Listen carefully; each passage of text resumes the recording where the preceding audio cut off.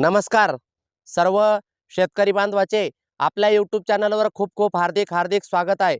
या व्हिडिओच्या माध्यमातून जे कोणी सध्या हा व्हिडिओ बघत आहे, मी कळकळीची मनापासून विनंती करतो माझ्या बंधू भगिनीला, त्याचबरोबर शेतकरी वर्गाला, जे कोणी बघत आहे ना त्या सर्वांना एक विनंती नक्कीच करतो की मी म्हणत नाही याच्या अगोदरच्या कुठल्याही व्हिडिओमध्ये मी म्हटलो नाही तुम्हाला की व्हिडिओ शेवटपर्यंत पूर्ण बघत चला। मी फक्त आता एवढ्या व्हिडिओमध्ये नक्कीच म्हणतो की व्हिडिओ तुम्ही पूर्ण बघा। कारण काय, कारण या व्हिडिओच्या माध्यमातून मी एक प्रकारचं अशा पद्धतीची सत्य घटना, अशा पद्धतीचे शेतकऱ्याची झालेली फसवणूक की ज्या फसवणुकीमध्ये कित्येक शेतकरी राजा हा त्या ठिकाणी खूप फसला गेलेला आहे। ही फसवणूक आणि हा प्रकार उघडकीस आलेला आहे आणि तो प्रकार तुमच्या सोबत मांडत आहे। या व्हिडिओचा उद्देश एकच आहे की शेतकऱ्याची जनजागृती करणे, कुठल्याही पद्धतीने शेतकऱ्याची अशा पद्धतीची फसवणूक कधीच होता कामा नये, हे खरंच मनापासून तळतळीनं त्या ठिकाणी इच्छा आहे। तर नक्कीच तुम्हाला घडलेला प्रकार सांगण्या अगोदर विनंती करतो की एकदा आपण नवीन असाल तर आपले यूट्यूब चॅनल सबस्क्राईब करून ठेवा। मित्रांनो, शेतीविषयक कुठली अशी एक सुद्धा माहिती नाही की जी आपण सांगत नाही, म्हणून शेतीविषयक सर्व माहितीसाठी चॅनल सबस्क्राईब करा आणि खूप महत्त्वाचा व्हिडिओ एकदा लाईक करा आणि पुढे बघा। मित्रांनो, मी कालच सांगितलं तुम्हाला की कालच शॉर्ट व्हिडिओ बनवून सांगितलं होतं की शेतकऱ्याची कोट्यवधी रुपयाची फसवणूक झालेली आहे। शेतकऱ्याचा कापूस मागच्या वर्षी घेऊन काही व्यापारी फरार झालेले आहे। नेमकं काय प्रकरण आहे ते, तर ते खास करून आपण तर त्या ठिकाणी प्रत्यक्ष शेतकऱ्यांसोबत मुलाखत करणार होतो, परंतु शेतकऱ्यांसोबत आपण संवाद साधला। शेतकरी सांगतात की थोडीशी कायदेशीर बाबीनुसार आम्ही प्रक्रियेत काम करत आहे आणि त्यामुळे आम्हाला 1-2 दिवसाचा वेळ द्या, म्हणून त्या ठिकाणी शेतकरी त्या ठिकाणी प्रतिक्रिया देण्यापासून थोडेसे थांबलेले आहे। पण आज ना उद्या शेतकरी आपल्या यूट्यूब चॅनलवर लाईव्ह येतील, परंतु तुम्हाला नेमकं काय प्रकार घडला ते समजून सांगतो मी तुम्हाला मित्रांनो। तर मित्रांनो, खास करून त्या ठिकाणी मी तुम्हाला कालच सांगितलं की जवळपास त्या ठिकाणी गंगापूर तालुका, पैठण तालुका या 2 तालुक्यातील त्या ठिकाणी औरंगपूरवाडी, शेकटा, शेंद्रुवादा, रांजणगाव खुरी या गावातील शेतकरी आता या व्हिडिओच्या माध्यमातून एका ते खाजगी जो व्यापारी आहे तो फरार झालेला आहे। त्याचं नाव मी या ठिकाणी सांगत नाही, कारण त्या ठिकाणी शेतकऱ्याची प्रक्रिया अजून चालू आहे कायदेशीर बाबी, परंतु कोणत्या कोणत्या शेतकऱ्याची किती किती फसवणूक झाली तर ते मी सांगतो।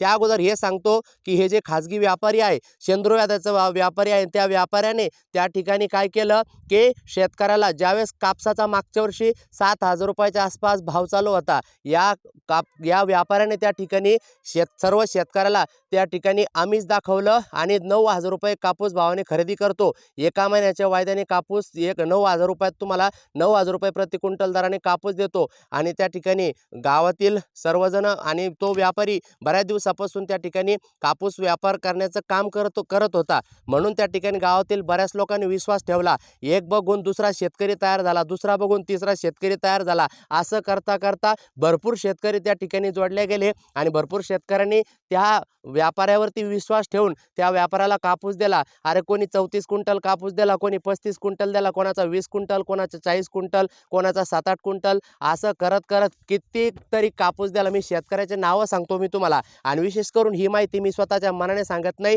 तर विशेष करून वर्तमानपत्रामध्ये त्या ठिकाणी याची माहिती आलेली आहे। वर्तमानपत्र पण माझ्याकडे अवेलेबल आहे। त्याचबरोबर विशेष करून त्या ठिकाणी बिडकीन पोलीस स्टेशनची प्रत, त्याचबरोबर पैठण DMIC पोलीस स्टेशनची प्रत, त्याचबरोबर वाळूज वाळूज पोलीस स्टेशनची जी प्रत आहे तर ती प्रत सुद्धा आहे। या सगळ्या गोष्टीच्या आधारावरती या शेतकऱ्याचे नावं सांगतोय आणि या सर्व शेतकऱ्यांसोबत आपण संपर्क पण केला असता ही सत्य परिस्थिती तुमच्या समोर मांडतोय। हेतू एकच आहे की कुठलाही त्या ठिकाणी शेतकरी फसता कामा नये। मित्रांनो, मी तुम्हाला सांगतो की अंबादास शंकर भवर 46 वय, राहणार शेकटा, यांनी त्या ठिकाणी ही तक्रार दाखल केलेली आहे की, आणि ही तक्रार 21 तारखेला शनिवारी तक्रार दाखल झालेली आहे। त्यांच्यासहित या टीममध्ये कमीत कमी 11 शेतकरी अजून आहे, म्हणजे 12 शेतकऱ्याची फसवणूक झालेली आहे। त्याचबरोबर मित्रांनो, त्या ठिकाणी शेकटा, औरंगपूरवाडी या म्हणजे औरंगपूरवाडी या दोन्ही गाव मिळून 12 शेतकऱ्याची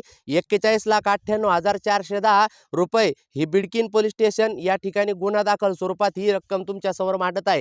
ही आकडेवारी त्या ठिकाणी अधिकृत आहे। याच्या पलीकडे सुद्धा जास्त पैशाची फसवणूक झालेली आहे ते तर मी तुम्हाला सांगतोच, परंतु हा एक प्रकारचा आकडा त्या ठिकाणी आपल्याला पोलीस स्टेशनचा आकडा आहे। त्यानंतर मित्रांनो, 18 ऑगस्ट रोजी MIDC पैठण या ठिकाणी सुद्धा 17,00,000 37,000 रुपयाची फसवणुकीची नोंद आहे. त्याच्यानंतर मित्रांनो, आता आबासाहेब दुबिले यांनी 28 ऑगस्ट रोजी वाळूज पोलिसात लेखी तक्रार देऊन सुद्धा कळविले होते.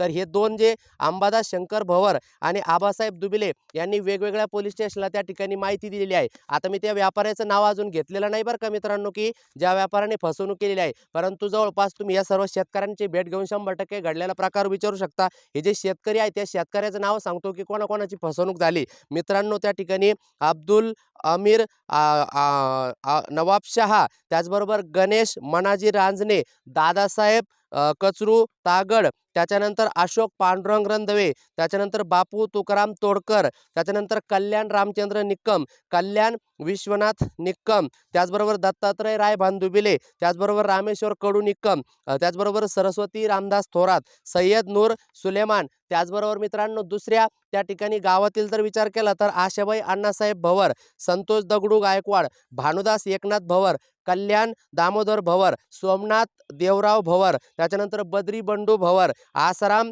माधू वाहुळे, त्याच्यानंतर संतोष बाबासाहेब तायडे, सुरेश बाबूराव करडिले, अशोक गवनीदास कावळे आणि अशोक धोंडीराम भवर या सर्व शेतकऱ्यांची फसवणूक आहे. आणि यांच्याकडे त्या ठिकाणी त्या व्यापाऱ्याने दिलेल्या चेकचा पुरावा पण आहे. ही तर त्या ठिकाणी म्हणजे अधिकृतरित्या त्या सर्व शेतकऱ्यांकडे काहीतरी पुरावा आहे. परंतु यांच्या पलीकडे असे भरपूर शेतकरी वर्ग आहे या सर्कलमध्ये, की ज्या शेतकऱ्यांची फसवणूक झालेली आहे. कापूस घेऊन व्यापारी फरार आहे, परंतु त्या ठिकाणी विश्वासावरती कुठला इसार नाही ना, पावती नाही ना, चेक नाही, असे भरपूर प्रकार घडलेले. म्हणजे सांगायचं तात्पर्य म्हणजे महाराष्ट्रामध्ये शेतकऱ्याची कोट्यावधीची जी काही फसवणूक आहे, तर हा प्रकार एक प्रकारे पैठण तालुका आणि गंगापूर तालुका छत्रपती संभाजीनगर या ठिकाणी घडलेला आहे. तर हा प्रकार खरंच अत्यंत निंदनीय आहे, निषेधात्मक आहे. मुळात म्हणजे हा व्हिडिओ बनवण्याचा एकच उद्देश आहे शेतकरी बांधवांना एक प्रकारचे सतर्क करतोय मी, की जनजागृती करतोय,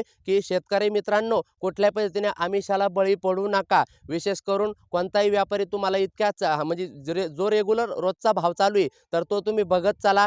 असं म्हणत नाही तुम्ही माझं चॅनल बघा, तुम्ही कुठेही बघत चला आणि त्या ठिकाणी आपल्या विश्वासू व्यापाऱ्याजवळ कापूस द्या. अन्यथा अशा पद्धतीची जी फसवणूक होती तर ही फसवणूक पुढे चालून आपली तर होणार नाही ना, याची पण काळजी घ्या. मुळात म्हणजे या शेतकऱ्यांकडून एक खूप मोठी चूक झाली. नको त्या व्यक्तीवरती विश्वास टाकला आणि आज रोजी काही जणांचं 4 लाखाचं नुकसान, काही जणांचं 5 लाखाचं नुकसान, काही जणांचं त्या ठिकाणी 10 लाखाचं नुकसान, असे कित्येक नुकसान शेतकऱ्याचं झालेलं आहे. तर निश्चितच त्या ठिकाणी शेतकरी एवढा कष्ट करतो बिचारा, एवढा राबतो आणि अशा पद्धतीची फसवणूक होणे खरंच वाईट आहे. मित्रांनो, हा व्हिडिओ तुमच्या समोर मांडण्याचा उद्देश एवढाच होता, की जनजागृती करणे आणि जनजागृतीपर हा व्हिडिओ बनवलेला आहे. निश्चितच तुम्ही लाईक करणार आणि त्या ठिकाणी हा व्हिडिओ मी म्हणत नाही तुम्ही त्या ठिकाणी एकट्यापुरतं ठेवा. हा व्हिडिओ संपूर्ण ठिकाणी शेअर करा, जेणेकरून त्या ठिकाणी सर्व शेतकरी बांधव पुढे चालून कुठलाही शेतकरी त्या ठिकाणी अशा आमिषाला बळी पडणार नाही आणि अशी फसवणूक होणार नाही. आता यानंतर या व्यापाऱ्यावरती काय कायदेशीर कारवाई होणार तर ते पोलीस स्टेशन त्यांचं काम करत आहे.